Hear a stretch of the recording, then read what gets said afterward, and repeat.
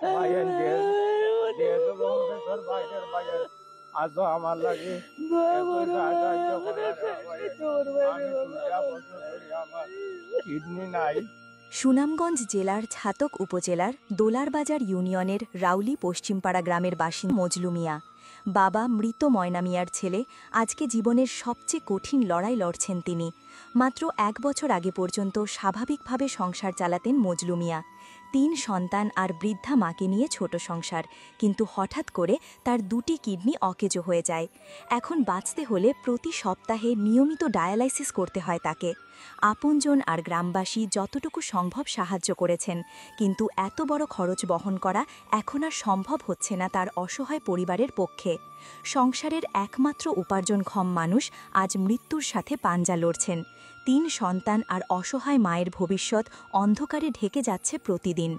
এমন পরিস্থিতিতে মজলু মিয়া হাত বাড়িয়েছেন আপনার আমার মতো দয়ালু মানুষের দিকে।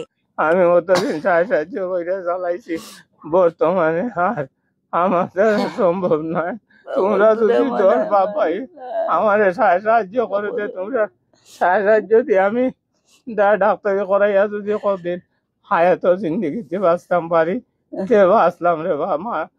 হয়তো আপনার অল্প কিছু সাহায্যই তার বেঁচে থাকার জন্য হতে পারে নতুন আশার আলো।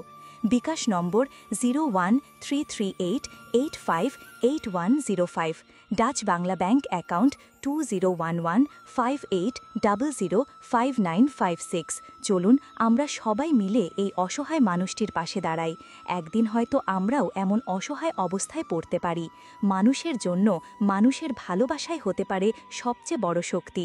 মানবতার জয় হোক। শেয়ার দিন, সাথে থাকুন। ধন্যবাদ। জনতার কথা বলে, সিলেট নিউজ 1 এআর ছায়।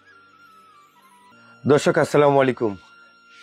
মানুষ মানুষের জন্য, আপনারা দেখেছেন আমরা বিভিন্ন সময় এই সকল অসহায় মানুষের পাশে থাকি। 2টি কিডনি রোগে আক্রান্ত হয়ে 2 বছর ধরে মৃত্যুর সাথে পাঞ্জা লড়ছেন রাউলি গ্রামের একজন সন্তান। উনি এখন বাঁচার জন্য ওনার যে আত্মীয় স্বজন আছে, নিজের বলতে যা ছিল সবকিছু দিয়েও শেষ হয়ে গেছে। এখন আর বাঁচার আর কোনো রাস্তা নেই। তো মানুষ রোগে অসুস্থ হলে বাঁচার জন্য তার সর্বোচ্চ ধরে। অনেক মানুষ আছে, আপনারা জানেন যে দর্শক, সত্যিকার অর্থে অনেক মানুষ আপনারা জানেন যে রোগে সুগে ভুগলে লাজ লজ্জা যেটা সেটা থাকে না।